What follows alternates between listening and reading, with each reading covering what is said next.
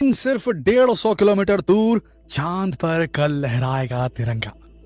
15 अगस्त लाल किले के प्राचीर से जब देश के प्रधानमंत्री इस बार भाषण देंगे तो उनके भाषण में जो सबसे ज्यादा इंपॉर्टेंट पैराग्राफ होगा वो नो डाउट चंद्रयान-3 का ही होने वाला है।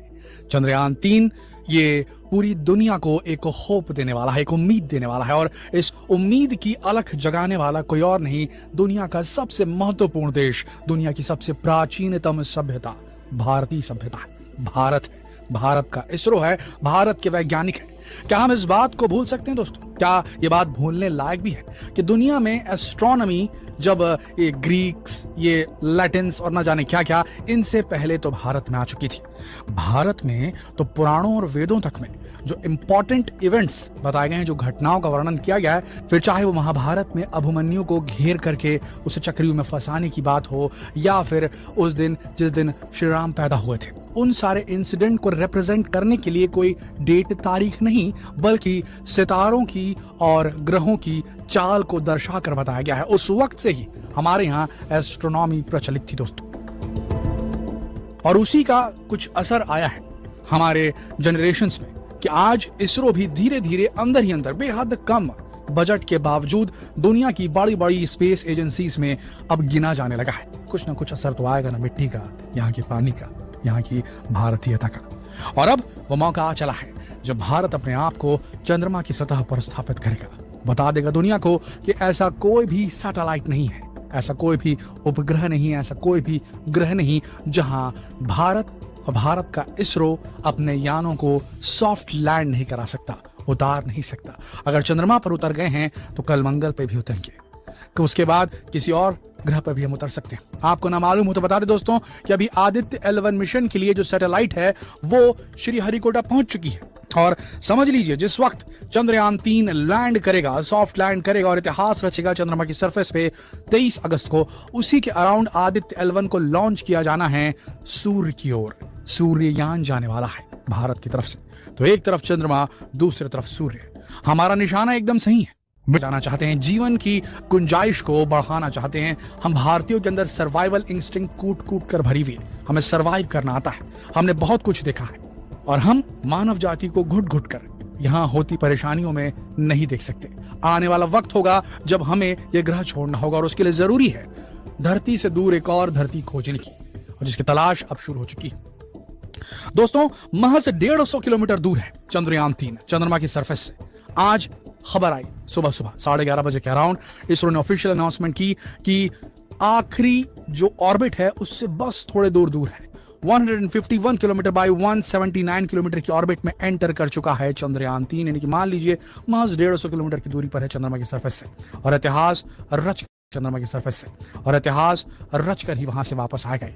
सबसे बड़ी बात यह कि जिस तरीके से और जिस गति से और जिस कैलकुलेशंस के साथ इसे भेजा गया था धरती से, एक डेट भी मिस नहीं हुई है। देखना यह है कि यही चीज क्या लूना 25 कर पाएगी। खैर, रशिया भी हमारा मित्र राष्ट्र है, हम कामना करेंगे कि उनका मिशन भी वहां पहुंचे, सक्सेसफुली पहुंचे, पर यहां पर भारत को श्रेय मिलना जरूरी है।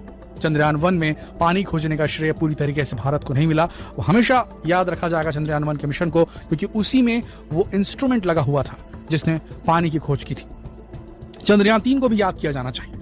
और आपको बता दें दोस्तों, कल 15 अगस्त है, और कुछ भी बड़ी खबर इसरो इस दिन के लिए जरूर बचा कर रखेगा। कल कोई बड़ा अपडेट आ सकता है, कोई फोटोग्राफ आ सकती है, एक नया एक चलन चल सकता है दोस्तों।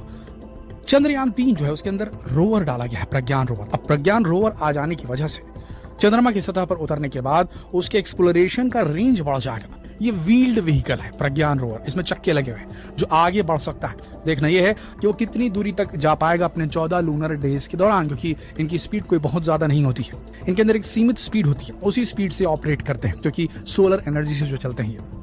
वो बात अलग है कि रशिया ने अपने लूना 25 में एक nuclear source of power add करके भेजा है, ताकि वो साल भर तक वहां काम करते रहे। वो सोलर एनर्जी पे पूरी तरीके से डिपेंडेंट नहीं है, पर हमने वो न्यूक्लियर पाथ नहीं अपनाया, हमने सोलर ऊर्जा को ही अपना महत्व दिया, और हमारा रोवर जो है उसी को प्राप्त करके आगे बढ़ेगा। देखना यह है कि आने वाले वक्त में वो क्या खोजता है, कौन से रहस्यों से पर्दा उठाता है चंद्रमा के, और कौन से नए इतिहास रचता है भारत के नाम। कल एक बहुत ही बढ़िया ओकेजन है, हम ऐसा विश्वास करते हैं कि इसरो कुछ ना कुछ वहां से फोटोग्राफ जारी करके हम देशवासियों के अंदर एक नई उम्मीद जगाएगा। दोस्तों, इस वक्त देश में जो बेरोजगारी है, खबरें आप सुनते आ रहे हैं, एक कुछ डिप्रेसिंग खबरें मणिपुर से भी आई हैं, काफी जगह ऐसा कुछ हो रहा है। देश में शांति है, नूह का किस्सा भी आपने सुना। बेरोजगारी है, महंगाई बहुत बढ़ चुकी है, टमाटर प्याज सब आप जानते हैं कि क्या स्थिति बनी हुई है। ऐसी स्थिति में इसरो अगर होप दे सकता है, धरती से 3,84,000 किलोमीटर दूर एक यान उतार करके भारत के 140 करोड़ लोगों तक ये विश्वास जता सकता है कि रुको मत, थको मत, ये भी एक फेस है, बुरा वक्त चल रहा है, ये भी कट जाएगा, सतत प्रयास करते रहो। और हमें देखो, हम रॉकेट्स साइकिलों में लेकर चला करते थे, बैलगाड़ियों में लेकर चला करते थे, आज चांद पर उतार रहे। तो इसरो जैसी एजेंसीज और इसरो में काम करने वाले वैज्ञानिकों और भारतीय वैज्ञानिकों की हमें जरूरत है। इनकी लाइफ से हमें इंस्पिरेशन मिलता है, इनके कर्म से हमें सीखने को मिलता है। दोस्तों, ये बिना फल की इच्छा के लगातार काम करते हैं और वही हमें सीखना है। 15 अगस्त को हम तो चाहेंगे कि देश के इसरो चीफ आकर के टेलीविजन पे कुछ ना कुछ संदेश दें। पॉलिटिशियंस को बहुत सुना, पर अब वैज्ञानिकों को सुनने की बारी आ चुकी है। अगर ये लीड करें तो इनसे ज्यादा इंस्पिरेशन और कोई हो ही नहीं सकता। आपको क्या लगता है? क्या आप भी ऐसा ही सोचते हैं? क्या आपको ऐसा महसूस होता है कि अब वो वक्त आ गया है कि देश की कमान पॉलिटिशियन से हटाकर इस प्रकार के वैज्ञानिकों के हाथ में दे दी जानी चाहिए? हालांकि ये बात एकदम अलग है, क्योंकि पॉलिटिशियंस को देश चलाना आता है और साइंटिस्ट का काम कुछ और ही है।